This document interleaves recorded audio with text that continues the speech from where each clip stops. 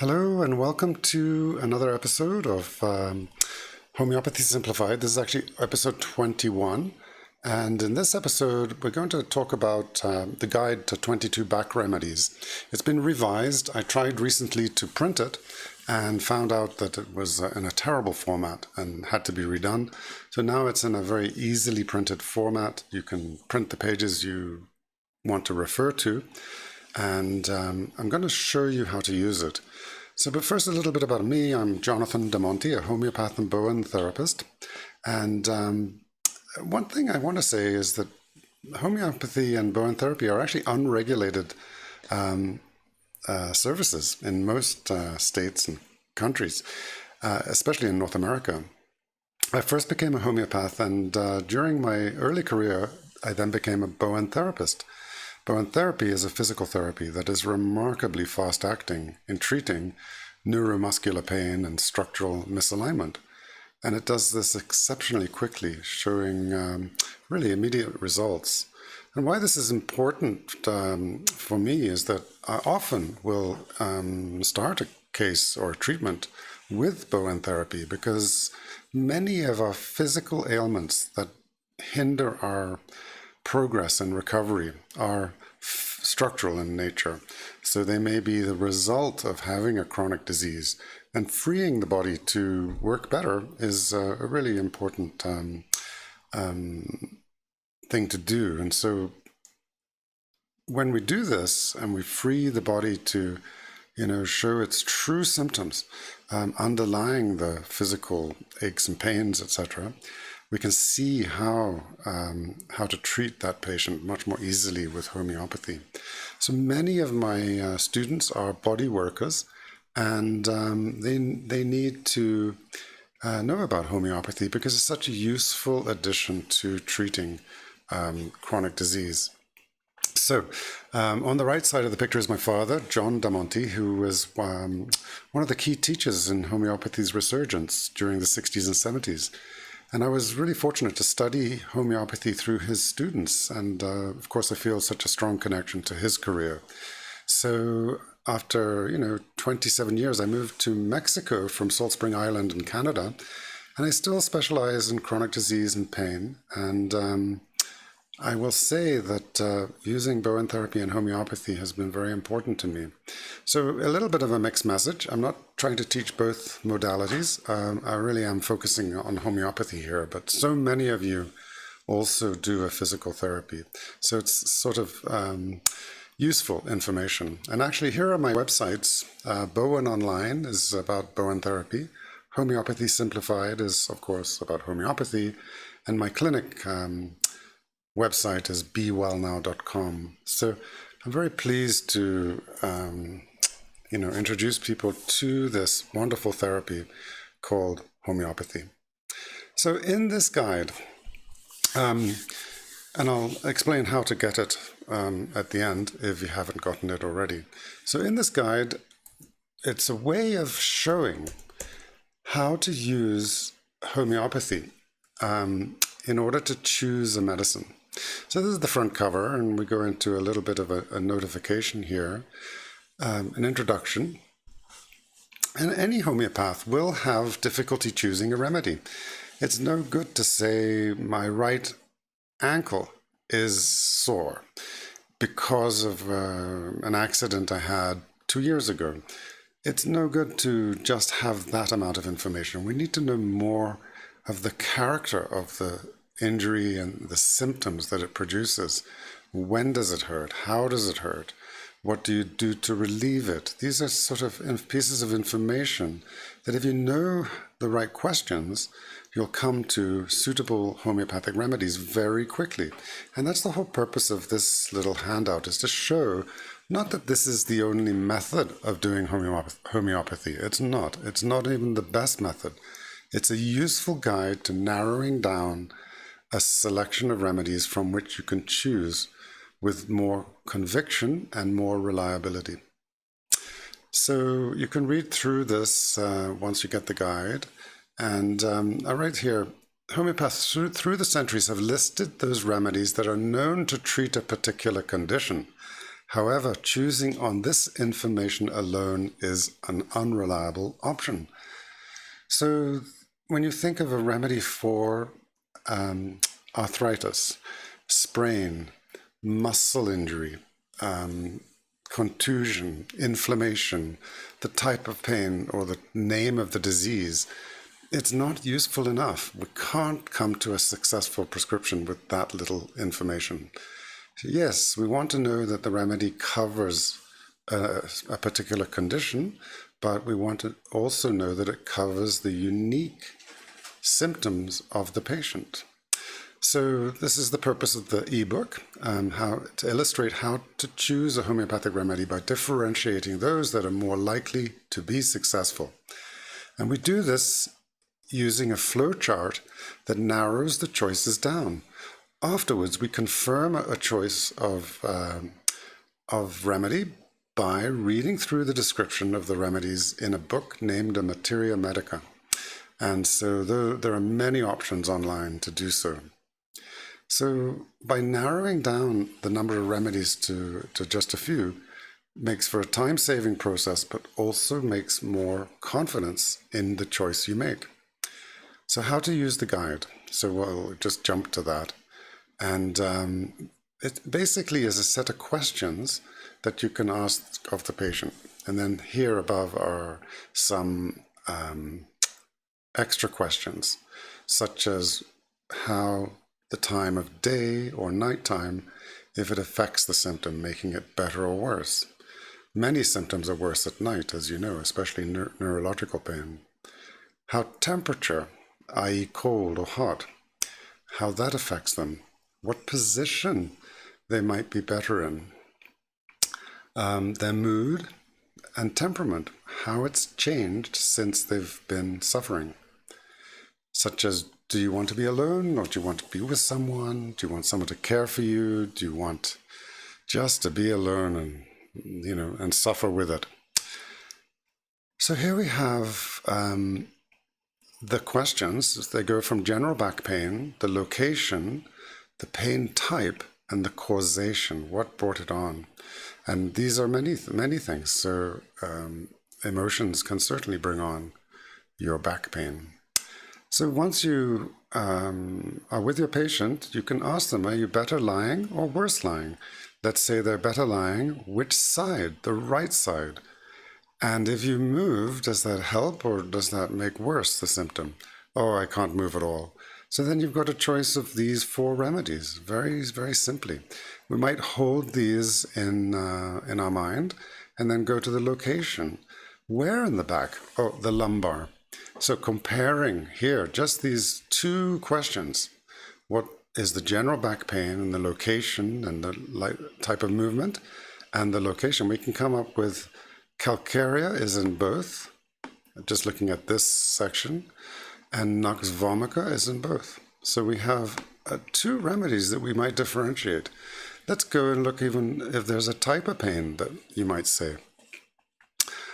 Is it throbbing? No. Is it stiffness? No. Is it a pressure? No. Is it lame? No. It just feels out of joint.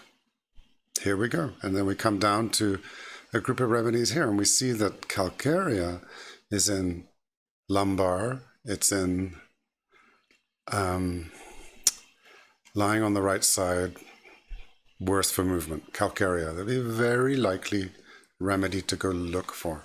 So you can see how simple it is.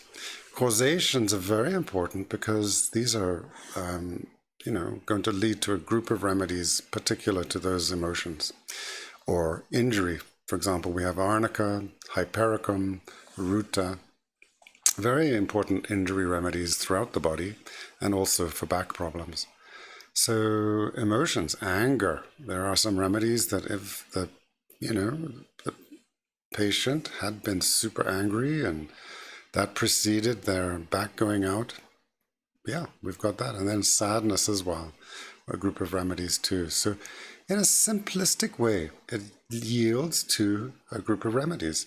So if we go and take it further, and this is a general guide to the remedies. This is the keynotes, the most important symptoms of the materia medica of the remedies listed in the guide. And these are the abbreviation and the Latin name. So we went to calc, which is Calcarea carbonicum. And here we see swelling of the keynotes, that we might want to look for. And I would not recommend just using this, but narrowing down a group of 2 or 3 remedies first and foremost, and then going to a more detailed materia medica, which you could Google online. And if you don't find one, send me an email and I'll send you a link. Stiffness and cracking in the nape of the neck from straining the muscles. Pain in the back so that he could scarcely rise. There you might ask the question, how do you feel when you get up? Oh, I can hardly get out of bed. And backaches from strains. So that might be a question to follow, or you may already know what was the cause of the back pain. And then we might go to the next page and look at calcarea again, and we see the causation that commonly occurs for the remedy calcarea. So getting cold, tendency to sprain the muscles easily, parts laying on become numb. That's something you could ask. Cramps in the muscles must draw the limbs up. And there's a sort of character of typical character archetype. Fat, flabby, fair and 40, perspiring, cold and damp.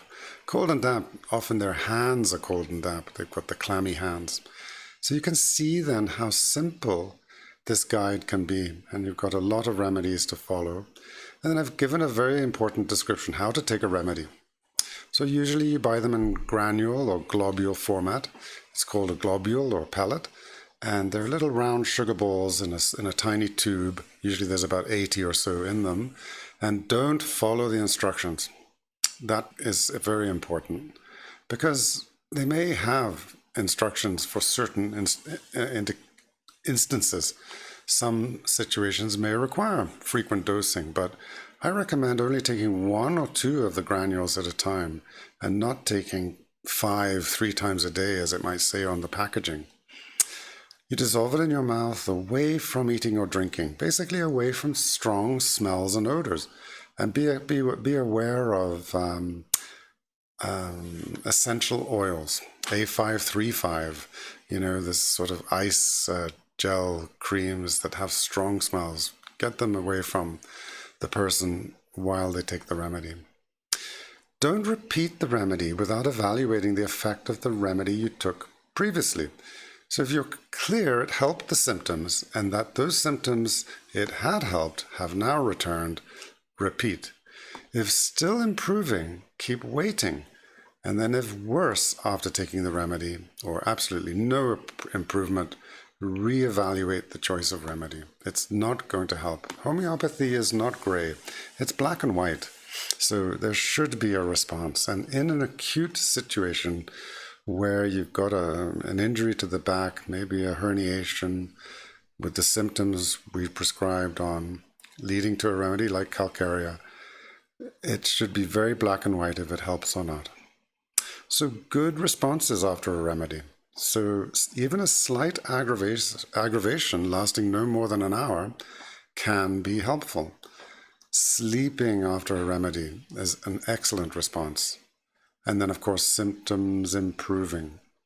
Bad responses after a remedy can include an aggravation lasting longer than an hour, agitation, a spiking fever and delirium, worsening of your symptoms, such as a developing cough. That would come, for instance, if you were treating a head cold, and the head cold went from the throat and sinuses and then ended up in the chest. So if concerned, stop the remedy and seek the advice of a professional, or choose a new remedy based on clearer symptoms, new symptoms perhaps. When purchasing a remedy, use either a 30C or a 200C. These tend to be more commonly available, and if the remedy was working and stopped, you can always add a granule to a glass of water. Stir gently and take a teaspoon. And you can repeat in the same manner as you've been repeating if that method worked and you need to repeat again. So we call that plussing a remedy. It just changes the frequency by changing the dilution. But you would only use it if the remedy you were using is still clearly indicated and has stopped working.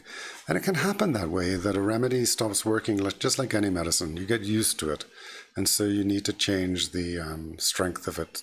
And by adding a globule to a glass of water, stirring it and taking a teaspoon does exactly that. So a little bit about different potencies on this page.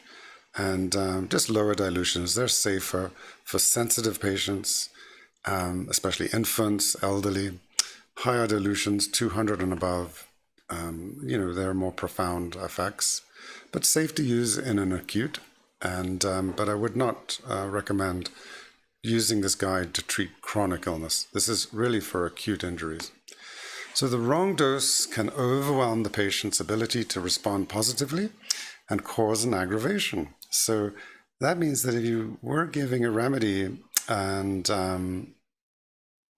overdosed that patient, gave it too frequently, their body almost shuts down. It's too much stimulation, and it actually can even cause an aggravation. And I put it in orange and white here. A remedy is a dose of a substance that causes a similar state to that which the patient is suffering. And so the possibility that an aggravation can occur needs to be considered. And it's our task to avoid this if possible. So I realized while I was talking that I could actually send this guide to everyone who signed up for it through the website, simply because I've got, I think I've got a tag in the mailing list for that. So expect a link to the guide. And watch out for the next one. The next one is Baby's First Remedies. I'm pretty excited about that one. It's a really, really useful guide. So here you have the remedy list again. So remedies like aconite. I mean, any first aid kit would have the majority of these remedies in them. Aesculus is witch hazel. Arnica montana, we all know, is one of the most popular homeopathics. Belladonna, a wonderful pain remedy. Bryonia, what a good anti-inflammatory remedy. Calcarea, you can see its scope. Carbo animalis, excellent for the tailbone area.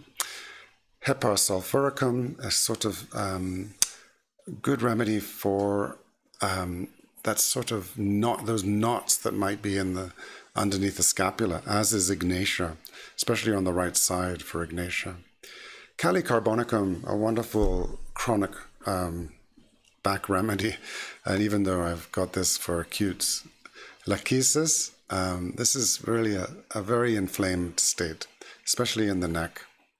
Lycopodium, a very important homeopathic remedy, and we have a lot of back pains in the lumbar with lycopodium. Natrum muriaticum, one of the most popular remedies in homeopathy. It's sea salt, and homeopathically it has a really profound effect. Nux vomica, perhaps one of the more irritable states that you can be in, and pain does that to a person. Even the sweetest person could become so irritable when they're in pain. And of course there are some characteristic symptoms here. Phosphorus, often the back pains run up the spine. Pulsatilla, they are very temperature sensitive and also a little bit needy emotionally. Rhus tox is, one of the most important back and muscle injuries. So definitely when there's muscle discomfort, and this patient would want to move to relieve their pain. They don't want to lie still. Ruta, these are injury type back problems. Sepia, maybe in a menstrual back situation where the back is in a lot of pain. Silica, a very, very fundamental remedy, sulfur, and Staphylos aureus. So a lot of remedies to learn about, and you've got some good information here that gives some clarity on how to use them. So I hope you enjoyed that, and the way to access this is to go to homeopathysimplified.com and sign up to the mailing list you'll see where on the page, and that will get you the guide. It'll automatically come. Any problems, let me know. As always, be well and talk soon.